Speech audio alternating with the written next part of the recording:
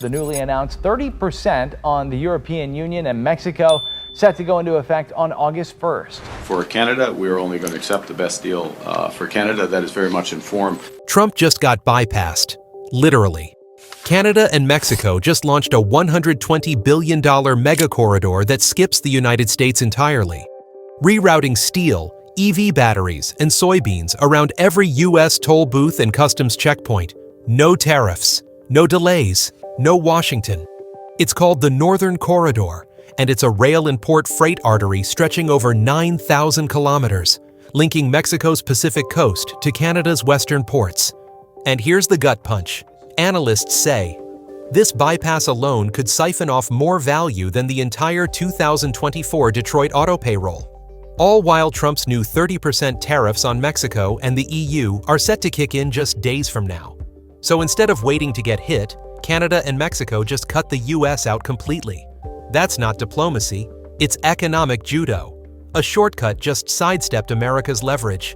The genius, or the danger, of the Northern Corridor is that it completely dodges US jurisdiction.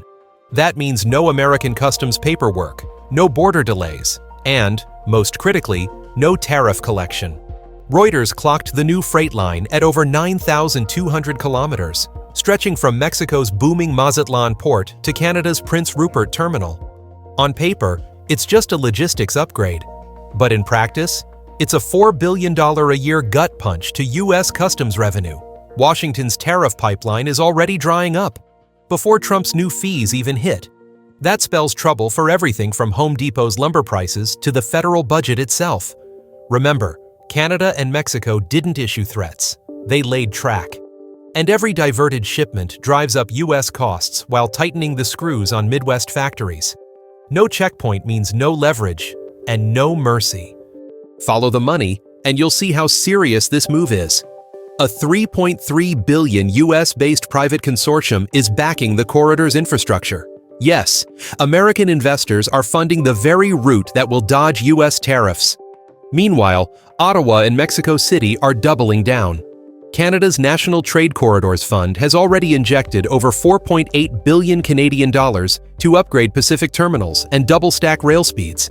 And in Mexico, President Claudia Sheinbaum has greenlit a $1.6 billion port expansion campaign, targeting key hubs like Manzanillo and Veracruz. One superport in Mazatlan alone is being built to handle 8 million containers a year, and it'll be ready before Trump's tariff hammer drops. This isn't a protest. It's an escape route with cement already drying. The tracks are real. So is the message.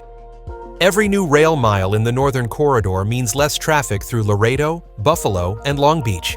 That translates to fewer American customs inspections, fewer port fees, and a long-term loss of relevance for U.S. trade choke points. Right now, the Prince Rupert port already moves 250,000 fully loaded rail cars a year, bypassing congested U.S. West Coast ports with faster clearances into Canada. Mexico's ports are scaling up even faster. Manzanillo is on track to overtake Los Angeles in container volume by next year. One connected corridor, no American stamp. For U.S. border towns and ports, that's a slow bleed.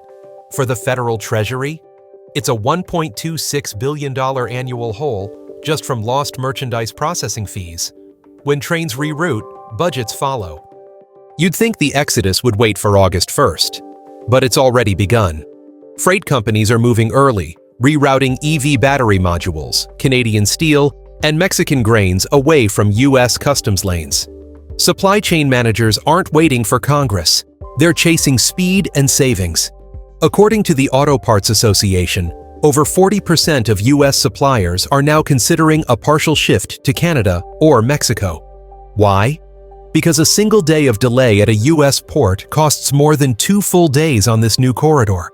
And without the 30% Trump tax on top. That's not just price pressure, it's survival calculus. And once a route exists, cargo follows the path of least resistance. Factories move faster than policy. Should Washington fight back with more tariffs or fold and negotiate?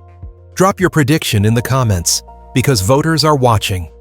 The architects behind the Northern Corridor aren't being shy. They're calling it a Panama Canal on rails. And the numbers back them up. By shaving 1 day off Pacific to Gulf delivery time and dodging all U.S. customs fees, exporters stand to save up to 7% per shipment. That's a game changer for West Coast goods headed east. More importantly, the U.S. can't block what it doesn't touch. Customs brokers call this regulatory seepage. Once a trade route avoids American soil, tariffs lose teeth, and leverage leaks out with every container. This isn't a loophole, it's a superhighway. And Washington's role in North American trade just got downgraded from gatekeeper to bystander. A border you don't cross is a tax you don't pay. Now here's the twist Trump didn't see coming. Canada and Mexico are building digital trust rails, not just physical ones. Using blockchain-powered customs systems, companies can now pre-clear cargo with triple encrypted manifests and AI audits before trains even depart. That means no waiting in U.S. lines, no random inspections, no backup at the border. The World Bank just ranked Canada's customs digitization the fastest in the G7, with Mexico not far behind thanks to a $180 million rollout of Satélite Aduanero, an AI satellite cargo tracking system. The U.S. still stamping paper in Buffalo. As the trains glide through this corridor, American customs offices look like Blockbuster in a Netflix world. When you're not needed, you're not paid. Here's the real kicker. This whole corridor? It slices right through what used to be America's toll booth economy. From Houston to Chicago to the Port of Newark, entire cities have built economies on processing, inspecting, and taxing foreign goods. That's now vanishing. Every truckload that skips a U.S. checkpoint means one less customs job, fewer trucking gigs, less port revenue. The American Trucking Association says over 60,000 cross-border trucking jobs could be lost if this corridor hits full capacity. And it will. Because the corridor was built with volume in mind. Not just a detour, but a replacement. The U.S. has gone from being the center of the map to the road not taken. Trade is moving on, and America's not in the driver's seat.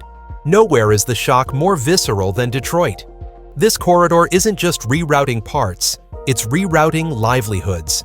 U.S. automakers rely heavily on just-in-time deliveries from Canada and Mexico, especially for semiconductors, wiring harnesses, and aluminum casings. With the new corridor, suppliers are bypassing U.S. hubs entirely, opting to deliver to new joint assembly zones in Ontario and Chihuahua. Ford's logistics team just canceled contracts with 3 Michigan warehouses, and GM has started testing direct Mexico to Canada rail runs without touching U.S. tracks. One supplier described it bluntly. The corridor is cheaper, faster, and doesn't come with Trump's headaches. Detroit built the engines, but without parts, the line doesn't move. And right now, the parts are heading north and west. At its core, this isn't just about trains and tariffs. It's about a message, loud, coordinated, and across borders. Canada and Mexico have made it clear, if Trump wants a trade war, we'll build around it.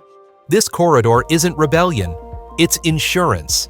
It's a Plan B that's become Plan A $120 billion route that says, we're done being economic hostages to DC drama. And make no mistake, other nations are watching. Brazil, South Korea, even the EU are eyeing similar bilateral routes that leave the US out of the equation entirely. The global message? If you build tariffs, we'll build alternatives. Trump may have cornered himself. Because once goods start flowing without you, getting them back takes more than tweets. It takes trust. And that's the one thing this corridor doesn't need anymore.